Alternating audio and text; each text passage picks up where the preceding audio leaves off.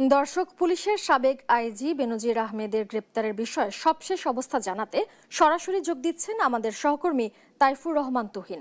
তুহিন, বেনজির আহমেদকে গ্রেপ্তারের বিষয়ে আর কি তথ্য রয়েছে জানাবেন? সালমা, আপনাকে ধন্যবাদ। আপনি জানেন যে বাংলাদেশ পুলিশের ইতিহাসে সবচেয়ে ক্ষমতাধর যে পুলিশ ছিলেন আইজি, অর্থাৎ পুলিশ মহাপরিদর্শক ছিলেন আইজিপি বেনজির আহমেদ। তাকে কিন্তু সেই আরব আমিরাতে তাকে গ্রেপ্তার করা হয়েছে।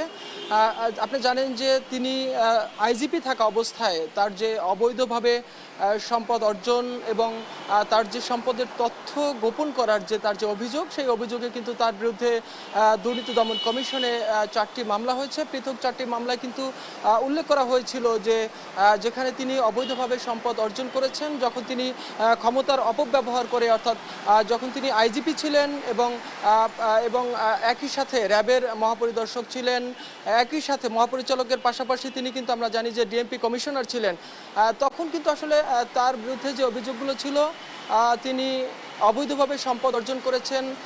সারা বাংলাদেশে পুলিশকে তাদেরকে অন্যায়ভাবে ব্যবহার করা এবং পুলিশের যে নীতি নৈতিকতা এবং তাদের যে চাকরির যে একটি নীতিমালা, এগুলো কিন্তু আসলে আজকে আমরা যে পুলিশের যে অবস্থান দেখছি, সেই অবস্থানও কিন্তু আসলে যে ক্ষমতার অপব্যবহারের যে বিষয়গুলো, সেটি কিন্তু আসলে এই বেনজির আহমেদের সময় কিন্তু আসলে হয়েছে। এবং এর নায়ক হিসাবে কিন্তু আমরা দেখেছি যে তিনি তার ক্ষমতার অপব্যবহারের যে চিত্র, সেটি আমরা কিন্তু দেখেছি যে তিনি 2020 সাল থেকে যখন 22 সাল পর্যন্ত পুলিশের মহাপরিদর্শক ছিলেন, তখন তিনি অগাধ সম্পদ অর্জন করেছেন। আমরা দেখেছি যে টঙ্গীতে তার সম্পদ রয়েছে, টঙ্গীপাড়াতে।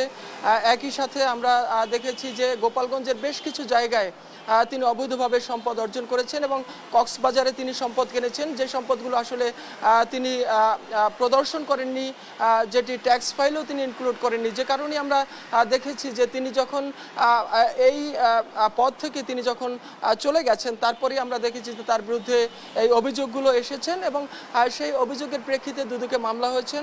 এবং সেই মামলায় 2024 সালে তার বিরুদ্ধে যে মামলাটি হয়েছে, সেই মামলায় কিন্তু তাকে গ্রেপ্তার করার জন্য, ইন্টারপোলের মাধ্যমে গ্রেপ্তার করার জন্য কিন্তু আদালত আদেশ দিয়েছেন। এবং সেই প্রেক্ষিতেই কিন্তু আমরা দেখেছি যে 2025 সালের 10 ফেব্রুয়ারি তার বিরুদ্ধে কিন্তু আদালত যখন বলা হয়েছে যে তাকে ইন্টারপোলের মাধ্যমে তাকে গ্রেপ্তার করা হোক, তারপরে বাংলাদেশ পুলিশের পক্ষ থেকে কিন্তু তাকে আটক করার জন্য কিন্তু ইন্টারপোলের রেড অ্যালার্ট জারি করা হয়েছে।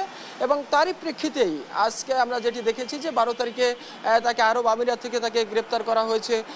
তবে তার বিরুদ্ধে যে অভিযোগগুলো আমরা ইতিপূর্বে জেনেছি, যে তার যে অবৈধভাবে সম্পদ অর্জন শুধু তার নামেই নয়, তার স্ত্রীর নামে এবং তার যে সন্তান রয়েছে, 2 সন্তান রয়েছে, সেই সন্তানদের নামেও কিন্তু পর্যাপ্ত সম্পদ তিনি অর্জন করেছেন। আপনারা জানেন যে আমরা দেখেছি যে গুলশানে আইকনিক টাওয়ারের মতো টাওয়ারে তার কিন্তু ফ্ল্যাট রয়েছে এবং সে কোটি কোটি টাকার সম্পদ কিন্তু গণমাধ্যমে প্রকাশ পেয়েছে। একই সাথে কক্সবাজারেও তার কিন্তু বিপুল পরিমাণ সম্পদের তথ্য কিন্তু বিভিন্ন গণমাধ্যমে এসেছে। সেই সাথে আমরা দেখেছি যে যেটি বলছিলাম যে আসলে গোপালগঞ্জে তার যে সম্পদ, সেই সম্পদের তথ্যও কিন্তু বিভিন্ন গণমাধ্যমে এসেছে এবং গণমাধ্যমে এ নিয়ে কিন্তু ব্যাপক সংবাদ প্রচার হয়েছে।